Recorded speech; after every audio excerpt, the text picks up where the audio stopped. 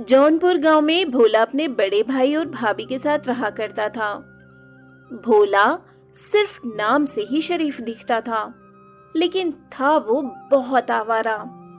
पूरे दिन घूमने के बाद देर रात को घर आना और कोई काम न करना, बस यही थी उसकी जिंदगी। देखिए ना जी, अभी तक देवर जी घर नहीं आए हैं। मैं कब से उनका इंतजार कर रही हूँ। ऐसा करो, तुम खाना खाकर सो जाओ, उसकी चिंता मत करो। वह तो है ही नालायक, पूरे दिन अपने आवारा दोस्तों के साथ घूमता है और रात में घर देर से आता है। उसे इतनी भी फिक्र नहीं है कि उसके बाप बाप नहीं है। आप उन्हें डांटा मत कीजिए। जब भी आप उन्हें डांटते हैं तब वो घर देर से आते हैं। आज सुबह ही आपने उन्हें डांटा था ना। तुम्हें तो पता है, हमारे माँ बाप बचपन में ही गुजर गए थे।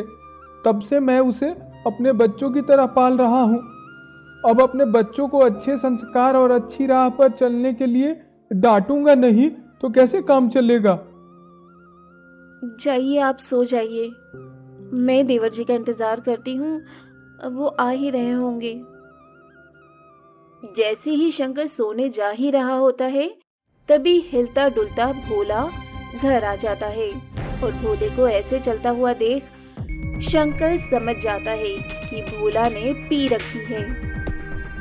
अरे क्या बात है, आज तो मेरा भाई घर पीकर आया है। क्यों, सही कहा ना मैंने भोला। भैया, मैं किसी से नहीं डरता, न आपसे न किसी के बाप से। भैया, आपने मुझे क्या कहा था कि अगर मैं काम नहीं करूंगा तो आप मुझे घर से निकाल देंगे, तो निकाल दीजिए। चलिए देवर जी, मैं आपके लिए खाना निकालती हूँ। आप खाकर सो जाइए, सुबह बात करते हैं। नहीं भाभी, मैं भैया से अभी बात करूंगा। उन्होंने मुझे सुबह पानी डालकर उठाया और कहा चल खेत में काम करने। मैं कहीं काम करने नहीं जाऊंगा, मैं किसी का नौकर नहीं हूँ। अच्छा ठीक है, आप किसी के नौकर नहीं हैं। अब चलिए, आप चलकर सो जाइए। तुमने ही इसे सर चढ़ा रखा है, वरना मैं तो इसे एक थप्पड़ में दुनिया दिखा दूं।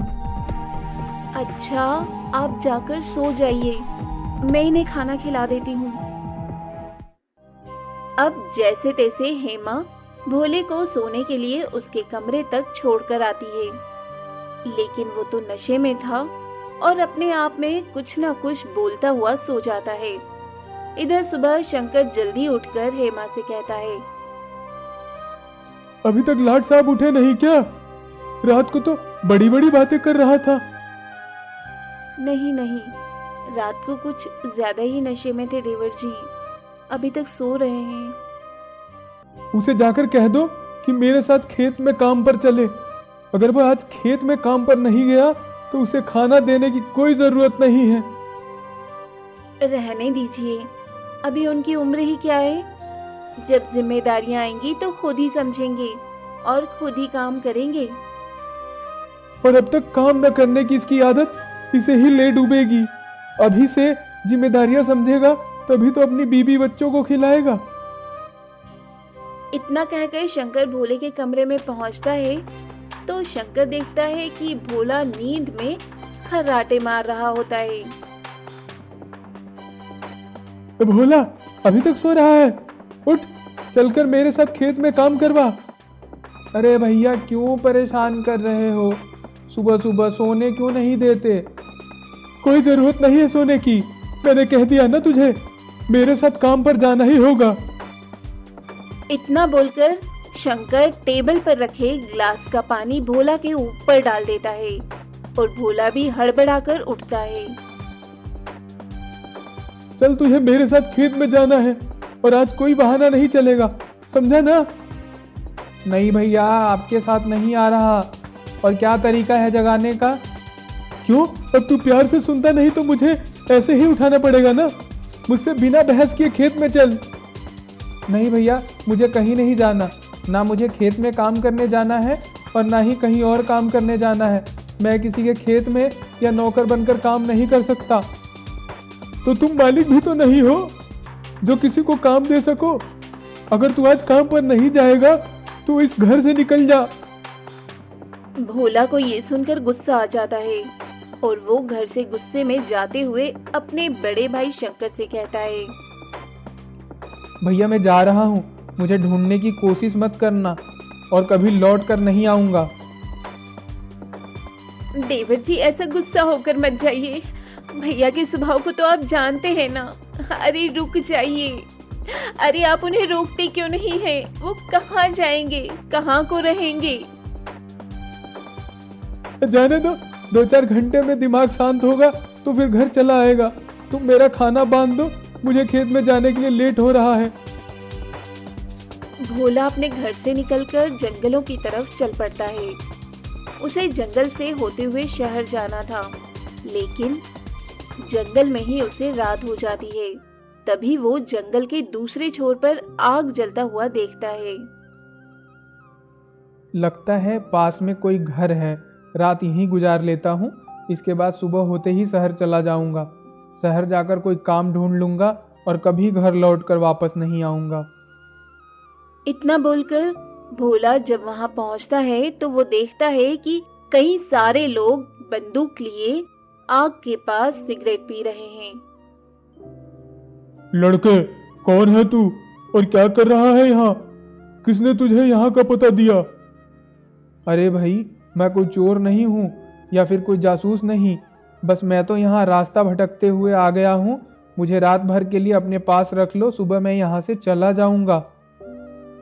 क्या सबूत है कि तू चोर या जासूस नहीं? हम कैसे मान ले? मेरे चेहरे की सिकन और उदासी आपको यह नहीं बता रही कि मैं एक साधारण सा लड़का हूँ, बल्कि मैं तो अपने घर से निकल गया हूँ। मेरे घर वाले सिर्फ मुझसे काम करवाना चाहते हैं और मैं कोई काम करना नहीं चाहता।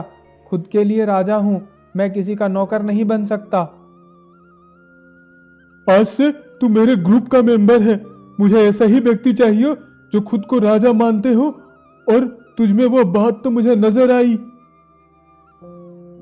देखिए, अगर आपको अभी मुझ पर शक है तो आप मुझे मार सकते हैं, लेकिन मैं कोई चोर या जासूस नहीं हूँ।